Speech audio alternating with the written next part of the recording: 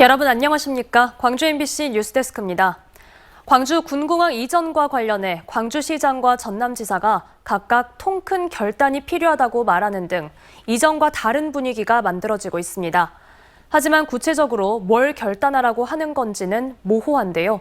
군공항 이전을 위한 통 큰 결단의 내용이 어떤 건지 김영찬 기자가 짚어봤습니다. 통 큰 결단을 내려달라. 광주 군공항 이전 특별법 통과 이후 김용록 전남지사가 줄곧 외치는 말입니다. 주는 입장은 광주광역이 싫거든요. 주는 입장에서 통 큰 결단을 해줘야 되는데. 강기정 광주시장도 파격적인 인센티브 등을 언급하며 화답하는 모양새입니다. 군공항 이전과 광전남 발전을 위해서 지도자들이 결단하고 만나줘야 될 시간이 도래했습니다. 하지만 통 큰 결단이나 파격적인 인센티브가 무엇인지는 아직 베일에 가려져 있습니다. 광주 군공항 특별법과 함께 통과된 대구 경북 신공항에 사례를 참고할 필요가 있습니다.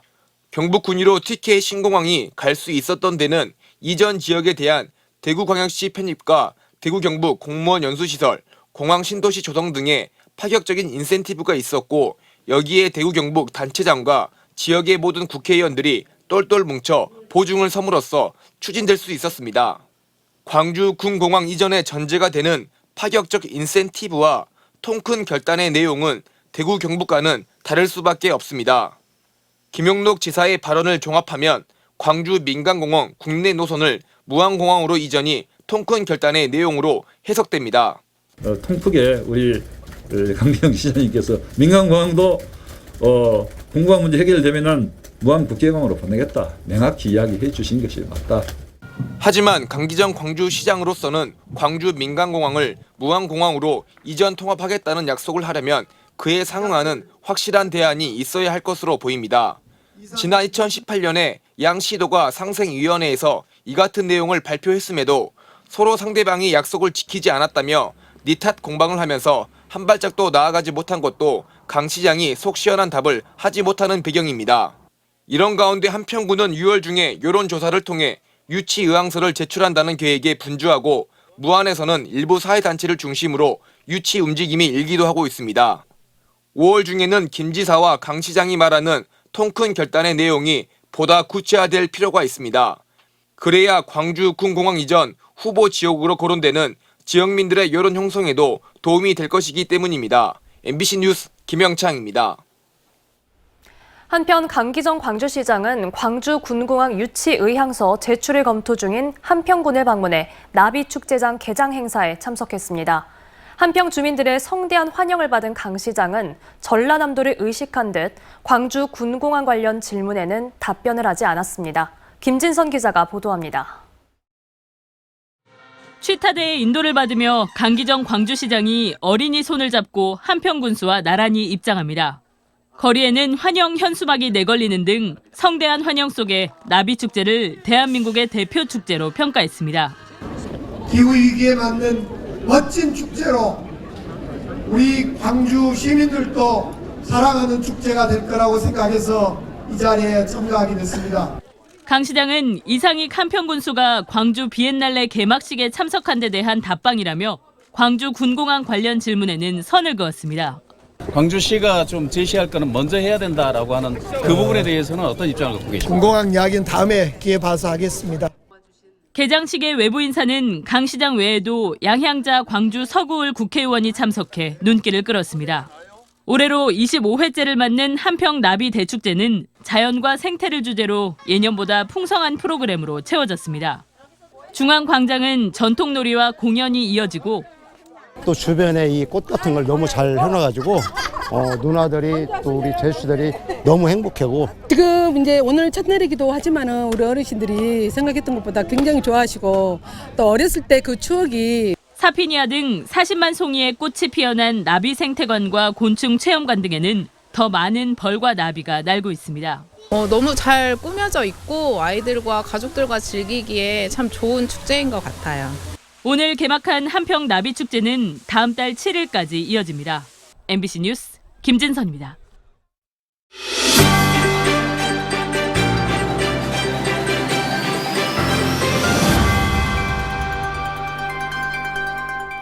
전남 지역 양봉 농가에서 기르던 꿀벌 50억 마리가 실종되거나 폐사했습니다.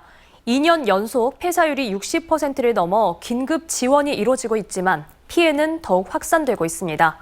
광주와 목포, 여수 MBC 3사가 함께하는 공동기획보도, 오늘은 신광하 기자가 보도합니다.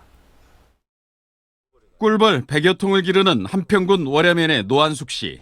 봄꽃이 피고 지는 5월을 앞두고 있지만 텅 빈 벌통을 옮겨 쌓느라 하루가 모자랍니다. 10년째 양봉업에 종사해오던 이 농가에서도 100군의 양봉통 가운데 2통만이 살아남았습니다. 피해율은 98%에 달합니다. 한 통에 3만 마리씩 서식하던 꿀벌들이 최근 석 달 새 모두 사라져버린 겁니다. 원인을 모르겠어요. 지금 저희들 아무리 지금 나름대로 생각을 해봐도 무슨 이유를 모르겠어요, 지금요. 꿀벌의 집단 실종 폐사는 지난해 여름부터 간헐적으로 발생하다 올 1월 들어 본격적으로 확산했습니다. 한평군뿐만 아니라 전남 도내에서 기르던 꿀벌 27만 통 가운데 16만 통이 피해를 입어 사라진 벌은 50억 마리가 넘는 것으로 추정됩니다. 이제 벌이 그런 원인도 모른 채 자꾸 이렇게 소멸되고 폐사가 이어져 오다 보니까 많이 그 양봉을 포기하는 농가들이. 더 큰 문제는 양봉 농가의 경우 보험 적용이 안 돼 피해 회복이 어렵고 꿀벌의 활동이 사라지면서 과수 농가의 2차 피해도 우려됩니다. 전라남도와 각 시군이 벌통 구입비 등을 지원하고 있지만 피해가 확산될 경우 지원 예산 마련도 문제입니다. 군비로 예비비를 3억 원을 긴급하게 투자해서 양봉 농가 회생에 좀 도움을 주고자. 최근 농림부는 꿀벌 실종 폐사 원인으로 해충인 응애로 인한 바이러스를 특정했지만 양봉 농가들은 수년째 지속적으로 반복되는 피해 원인을 기후변화로 추정하고 근본적인 대책 마련을 요구하고 있습니다. MBC 뉴스 신광하입니다. 앞서 서울 뉴스에서 전해드렸습니다만 어젯밤 경북 청송의 한 도로에서 광주 모 초등학교 배드민턴 팀을 태운 승합차와 마주오던 화물차가 정면으로 충돌했습니다. 70대 화물차 운전자가 숨졌고 초등학생 선수들과 코치 등 7명이 다쳤는데 학생들 가운데 중상자도 3명이나 됩니다. 경찰이 뒤따르던 차량의 블랙박스 영상을 확인해 봤더니 화물차가 중앙선을 넘어 역주행한 걸로 확인됐습니다. 안동문화방송 김경철 기자가 취재했습니다. 크게 부서진 차량 파편이 도로 곳곳에 나뒹굽니다. 부상자를 긴급하게 치료한 듯 혈흔이 묻은 의료용 거즈와 마스크도 곳곳에 버려져 있습니다. 어젯밤 청송군 파천면의 좁은 국도에서 마주오던 1톤 화물차와 승합차가 정면으로 충돌했습니다. 농장을 하고 사고 현장에 많이 가지만은 이렇게 탑이 정도 붙을 정도는 사고 나는 건 극히 드문 일입니다. 출동한 구조대가 화물차 운전석 사이에서 70대 운전자를 가까스로 구조했지만 숨진 뒤였습니다. 맞은편 승합차에는 광주광역시의 한 초등학교 배드민턴 선수 6명과 30대 여성 코치 1명이 타고 있었습니다. 이 중 초등학생 3명은 척추와 갈비뼈가 골절되고 장기가 파열되는 등 중상을 입어 경북대병원과 원주 세브란스 병원 등으로 급히 옮겨졌습니다. 다행히 생명에는 지장이 없는데 모두 안전벨트를 하고 있었고 에어백도 작동한 것으로 확인됐습니다. 오히려 안전벨트를 해서 이렇게 내장 파열들이 좀 이렇게 심한가 봐요. 코치 선생님도 안전벨트 그 밑선 그쪽 부위가 오히려 뭐 이렇게 좀 멍들고. 이들은 청송에서 열린 대한 배드민턴 협회장기 전국대회를 마치고 숙소로 돌아가던 길이었습니다. 경찰은 뒤따르던 차량의 블랙박스를 통해 화물차의 역주행을 확인했다고 밝혔습니다. 포터 차량이 정선 침범했어요. 갑자기 확 들어와 버립니다. 좀 많이.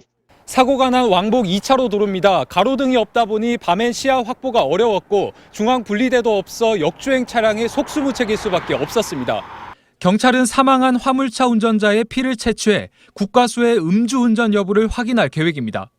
광주교육청은 사고 즉시 교육국장을 단장으로 하는 사고 대책단을 꾸렸고 교사와 장학사들을 병원에 급파하는 등 대책 마련에 나섰습니다. MBC 뉴스 김경철입니다.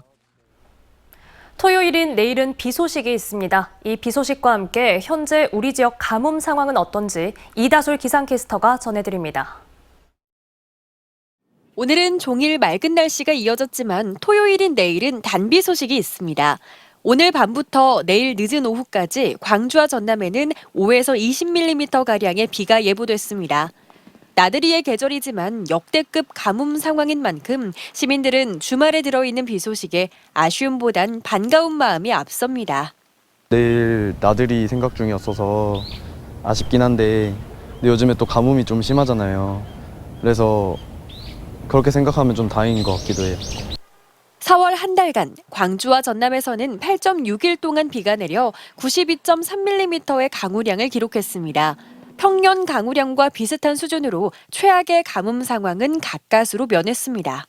오늘 0시 기준으로 동복댐 저수율은 21.84%입니다. 작년 저수율과 비교했을 때 절반 수준밖에 안 되지만은 동복댐은 9월 초까지 고갈되지 않을 것으로 전망이 되고 제한급수 위기는 넘겼지만 농번기인 만큼 홍수기인 6월 하순 전까지 단비가 절실한 상황인데요. 5월에는 비가 얼마나 내릴까요? 네, 광주 전남 5월 강수량 평년값은 118.6mm이며 남쪽을 지나는 저기압의 영향을 받아 5월 강수량은 평년과 비슷할 것으로 예상되어 기상 가뭄은 점차 완화될 것으로 보입니다. 나아지긴 했지만 아직 충분하진 않습니다. 정부와 지자체 그리고 시민 모두의 노력이 아직은 더 필요합니다.